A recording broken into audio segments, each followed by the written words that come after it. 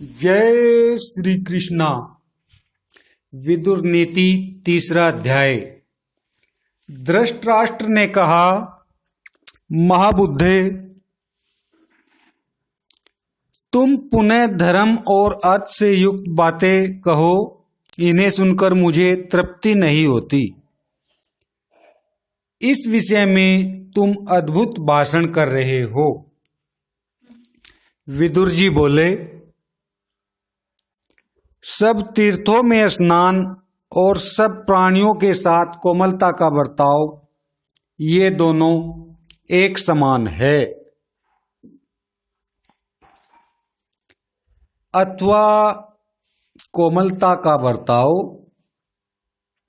विशेष महत्व है। विभो, आप अपने पुत्र कौरव पांडव दोनों के साथ समान रूप से कोमलता का बर्ताव कीजिए। ऐसा करने से इस लोक में महान सुयश प्राप्त करके मरने के पश्चात आप स्वर्ग लोक में जाएंगे। पुरुष श्रेष्ठ, इस लोक में जब तक मनुष्य की पावन कीर्ति का गान किया जाता है, तब तक वह स्वर्ग लोक में प्रतिष्ठित होता है। इस विषय में उस प्राचीन इतिहास का उदाहरण दिया करते हैं जिसमें केसिनी के लिए सुधन्वा के साथ विरोचन के विवाद का वर्णन है। राजन, एक समय की बात है, केसिनी नाम वाली एक अनुपम सुंदरी कन्या सर्वश्रेष्ठ पति को वरण करने की इच्छा से स्वयंवर सभा में उपस्थित हुई।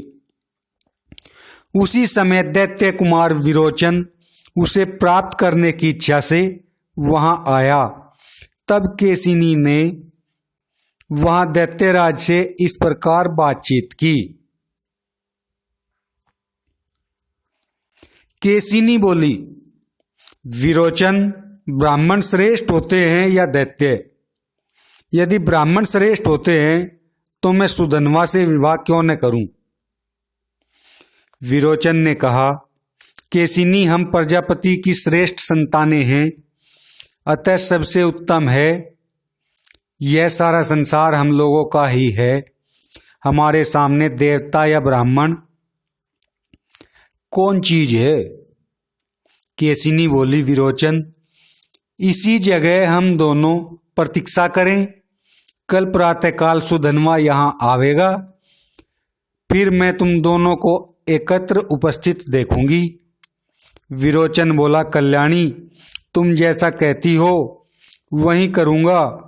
बीरू, प्रातःकाल तुम मुझे और सुधन्वा को एक साथ उपस्थित देखोगी। विदुर जी कहते हैं, राजन, इसके बाद जब रात बीती और सूर्यमंडल का उदय हुआ, उस समय सुधन्वा उस स्थान पर आया जहां विरोचन केसिनी के साथ मौजूद था। भरत श्रेष्ठ सुधन्वा प्रहद कुमार विरोचन और केसिनी के पास आया। ब्राह्मण को आया देख केसिनी उठ खड़ी हुई और उसने उसे आसन, पाद्य और अर्घ्य निवेदन किया। सुधन्वा बोला, प्रहद नंदन, मैं तुम्हारे इस सुवर्ण में सुंदर सिंहासन को केवल छू लेता हूं, तुम्हारे साथ इस पर बैठ नहीं सकता, क्योंकि ऐसा होने से हम दोनों एक समान हो जाएंगे। विरोचन ने कहा, सुधन्वन, तुम्हारे लिए तो पीढ़ा, चटाई या कुश का आसन उचित है। तुम मेरे साथ बराबर के आसन पर बैठने योग्य हो ही नहीं। सुधन्वा ने कहा, पिता और पुत्र एक साथ एक आसन पर बैठ सकते हैं। दो ब्राह्मण, दो क्षत्रिय, दो व्रत, दो वैश्य और दो शूद्र भी एक साथ बैठ सकते हैं, किंतु दूसरे कोई दो व्यक्ति परस्पर एक साथ नहीं बैठ सकते। तुम्हारे पिता प्रहलाद नीचे बैठकर ही मेरी सेवा क्या करते हैं? तुम अभी बालक हो, घर में सुख से पले हो, अतः तुम्हें इन बातों का कुछ भी ज्ञान नहीं है। विरोचन बोला, सुधनवन, हम असुरों के पास भी जो कुछ भी सोना, घोड़ा आदि धन है, उसकी मैं बाजी लगाता हूँ। हम तुम दोनों चलकर जो इस विषय के जानकार हो उनसे पूछे कि हम दोनों में कौन श्रेष्ठ है। सुधनवा बोला, विरोचन, सुवर्ण, गाय और घोड़ा तुम्हारे ही पास रहे। हम दोनों प्राणों की बाजी लगाकर जो जानकार हो उनसे पूछे। विरोचन ने कहा, अच्छा, प्राणों की बाजी लगाने के पश्चात हम दोनों कहाँ चलेंगे? मैं तो न देवताओं के पास जा सकता हूँ और न कभी मनुष्यों से ही निर्णय करा सकता हूँ। सुधनवा बोला, प्राणों की बाजी लग जाने पर हम दोनों तुम्हारे पिता के पास चलेंगे। मुझे विश्वास है कि प्रहलाद अपने बेटे के लिए भी झूठ नहीं बोल सकते। विदुर जी कहते हैं, इस तरह बाजी लगाकर परस्पर क्रुद्ध हो विरोचन और सुधनवा दोनों उस समय वहां गए जहां प्रहलाद जी थे। प्रहलाद जी ने मन ही मन कहा, जो कभी भी एक साथ नहीं चले थे वे ही दोनों, ये सुधनवा और विरोचन, आज सांप की तरह क्रुद्ध होकर एक ही रास्ते आते दिखाई देते हैं। फिर विरोचन से कहा, विरोचन, मैं तुमसे पूछता हूँ, क्या सुधनवा के साथ तुम्हारी मित्रता हो गई है? फिर कैसे एक साथ आ रहे हो? पहले तो तुम दोनों कभी एक साथ नहीं चलते थे। विरोचन बोला, पिताजी, सुधनवा के साथ मेरी मित्रता नहीं हुई है। हम दोनों प्राणों की बाजी लगाए आ रहे हैं। मैं आपसे यथार्थ बात पूछता हूँ, मेरे प्रश्न का झूठा उत्तर न दीजिएगा। प्रहलाद जी ने कहा, सेवकों, सुधनवा के लिए जल और मधुपर्क लाओ। फिर सुधनवा से कहा, ब्राह्मण, तुम मेरे पूजनीय अतिथि हो। मैंने तुम्हारे लिए सफ़ेद गौ खूब मोटी ताजी कर रखी है। सुधनवा बोला, प्रहलाद, जल और मधुपर्क तो मुझे मार्ग में ही मिल गया है। तुम तो जो मैं पूछ रहा हूँ उस प्रश्न का ठीक ठीक उत्तर दो। क्या ब्राह्मण श्रेष्ठ है अथवा विरोचन? प्रहलाद बोले, ब्राह्मण, मेरे एक ही पुत्र है और इधर तुम स्वयं उपस्थित हो। भला तुम दोनों के विवाद में मेरे जैसा मनुष्य कैसे निर्णय दे सकता है? सुधनवा बोला, मतिमन, तुम्हारे पास गौ तथा दूसरा जो कुछ भी प्रिय धन हो वह सब अपने औरस पुत्र विरोचन को दे दो, परंतु हम दोनों के विवाद में तो तुम्हें ठीक ठीक उत्तर देना ही चाहिए। प्रहलाद ने कहा, सुधनवन, अब मैं तुमसे यह बात पूछता हूँ, जो सत्य ने बोले अथवा असत्य निर्णय करे, ऐसे दुष्ट वक्ता की क्या स्थिति होती है? सुधनवा बोला, सोत वाली स्त्री, जुए में हारे हुए जुआरी और भार ढोने से व्यथित शरीर वाले मनुष्य की रात में जो स्थिति होती है, वही स्थिति उल्टा न्याय देने वाले वक्ता की भी होती है। जो झूठा निर्णय देता है वह राजा नगर में कैद होकर बाहरी दरवाजे पर भूख का कष्ट उठाता हुआ बहुत से शत्रुओं को देखता है। झूठ बोलने से यदि पशु मरता हो तो 5 पीढ़ियाँ, गौ मरती हो तो 10 पीढ़ियाँ, घोड़ा मरता हो तो 100 पीढ़ियाँ और मनुष्य मरता हो तो 1000 पीढ़ियाँ नरक में पड़ती है। सोने के लिए झूठ बोलने वाला भूत और भविष्य सभी पीढ़ियों को नरक में गिराता है। पृथ्वी तथा स्त्री के लिए झूठ कहने वाला तो अपना सर्वनाश ही कर लेता है। इसलिए तुम स्त्री के लिए कभी झूठ न बोलना। प्रहलाद ने कहा, विरोचन, सुधनवा के पिता अंगिरा मुझसे श्रेष्ठ है। सुधनवा तुमसे श्रेष्ठ है, इसकी माता भी तुम्हारी माता से श्रेष्ठ है, अतः तुम आज सुधनवा से हार गए। विरोचन, अब सुधनवा तुम्हारे प्राणों का मालिक है। सुधनवन, अब यदि तुम दे दो तो मैं विरोचन को पाना चाहता हूं। सुधनवा बोला, प्रहलाद, तुमने धर्म को ही स्वीकार किया है, स्वार्थवश झूठ नहीं कहा है, इसलिए अब इस दुर्लभ पुत्र को भी तुम्हें दे रहा हूं। प्रहलाद, तुम्हारे इस पुत्र विरोचन को मैंने पुनः तुम्हें दे दिया, किंतु अब यह कुमारी केशनी के निकट चलकर मेरा पैर धोवे। विदुर जी कहते हैं, इसलिए राजेंद्र, आप पृथ्वी के लिए झूठ न बोले, बेटे के स्वार्थवश सच्ची बात न कहकर पुत्र और मंत्रियों के साथ विनाश के मुख में न जाएं। देवता लोग चरवाहों की तरह डंडा लेकर पहरा नहीं देते, वे जिसकी रक्षा करनी चाहते हैं उसे उत्तम बुद्धि से युक्त कर देते हैं। मनुष्य जैसे जैसे कल्याण में मन लगाता है वैसे ही वैसे उसके सारे अभिष्ट सिद्ध होते हैं, इसमें तनिक भी संदेह नहीं है। कपटपूर्ण व्यवहार करने वाले मायावी को वेद पापों से मुक्त नहीं करते, किंतु जैसे पंख निकल आने पर चिड़िया के बच्चे घोंसला छोड़ देते हैं, उसी प्रकार वेद भी अंत काल में उसे त्याग देते हैं। शराब पीना, कलह, समूह के साथ वैर, पति पत्नी में भेद पैदा करना, कुटुंब वालों में भेद बुद्धि उत्पन्न करना, राजा के साथ द्वेष, स्त्री और पुरुष में विवाद और बुरे रास्ते, ये सब त्याग देने योग्य बताए गए हैं। हस्तरेखा देखने वाला, चोरी करके व्यापार करने वाला, जुआरी, वैद, शत्रु, मित्र और चारण, इन 7 को कभी भी गवाह न बनावे।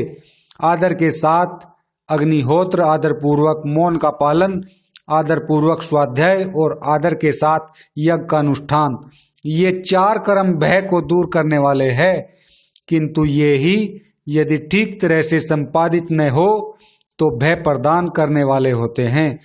घर में आग लगाने वाला, विष देने वाला, जारज संतान की कमाई खाने वाला, सोमरस बेचने वाला, शस्त्र बनाने वाला, चुगली करने वाला, मित्रद्रोही, पर स्त्री लंपट, गर्भ की हत्या करने वाला, गुरु स्त्रीगामी, ब्राह्मण होकर शराब पीने वाला, अधिक तीखे स्वभाव वाला, कोए की तरह कांय कांय करने वाला, नास्तिक, वेद की निंदा करने वाला, घूसखोर, पतित, क्रूर तथा शक्ति रहते हुए रक्षा के लिए प्रार्थना करने पर भी जो हिंसा करता है, ये सब के सब ब्रह्म हत्यारे के समान है। जलती हुई आग से सोने की पहचान होती है, सदाचार से सत्पुरुष की, व्यवहार से साधु की, भय आने पर सूर की, आर्थिक कठिनाई में धीर की और कठिन आपत्ति में शत्रु एवं मित्र की परीक्षा होती है। बुढ़ापा सुंदर रूप को, आशा धीरता को, मृत्यु प्राणों को, दोष देखने की आदत धर्म आचरण को, क्रोध लक्ष्मी को, नीच पुरुषों की सेवा सत स्वभाव को, काम लज्जा को और अभिमान सरस्व को नष्ट कर देता है। शुभ कर्मों से लक्ष्मी की उत्पत्ति होती है, प्रगल्भता से बढ़ती है, चतुरता से जड़ जमा लेती है और संयम से सुरक्षित रहती है। 8 गुण पुरुष की शोभा बढ़ाते हैं, बुद्धि, कुलीनता, दम, शास्त्र ज्ञान, पराक्रम, बहुत न बोलना, यथाशक्ति दान और कृतज्ञता। तात एक गुण ऐसा है जो इन सभी महत्वपूर्ण गुणों पर हठात अधिकार जमा लेता है। जिस समय राजा किसी मनुष्य का सत्कार करता है उस समय वह एक ही गुण राज सम्मान सभी गुणों से बढ़कर शोभा पाता है। राजन मनुष्य लोक में ये 8 गुण स्वर्ग लोक का दर्शन कराने वाले हैं। इनमें से 4 तो सज्जनों का अनुसरण करते हैं और 4 का स्वयं सज्जन ही अनुसरण करते हैं। यज्ञ, दान, अध्ययन और तप ये 4 सज्जन के पीछे चलते हैं और इंद्रिय निग्रह, सत्य, सरलता तथा कोमलता इन चारों का संत लोग स्वयं अनुसरण करते हैं।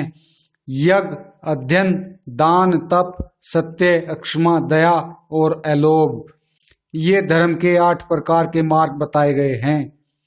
इनमें से पहले चारों का तो दंभ के लिए भी सेवन किया जा सकता है, परंतु अंतिम 4 तो जो महात्मा नहीं है उनमें रह ही नहीं सकते।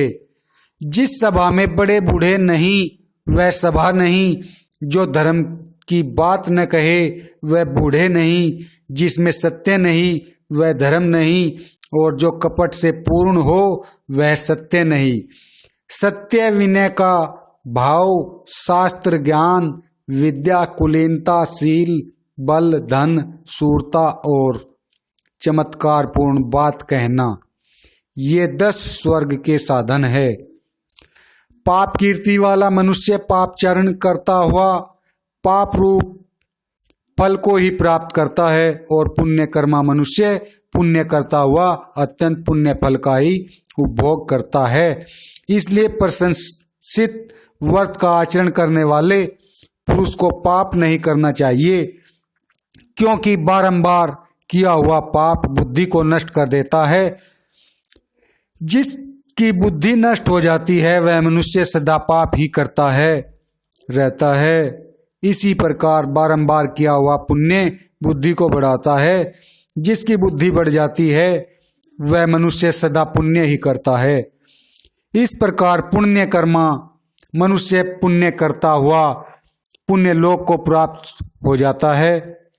इसलिए मनुष्य को चाहिए कि वह सदा एकाग्रचित होकर पुण्य का ही सेवन करे। गुणों में दोष देखने वाला, मरम पर आघात करने वाला, निर्दयी शत्रुता करने वाला और सठ मनुष्य पाप का आचरण करता हुआ शीघ्र ही महान कष्ट को प्राप्त होता है।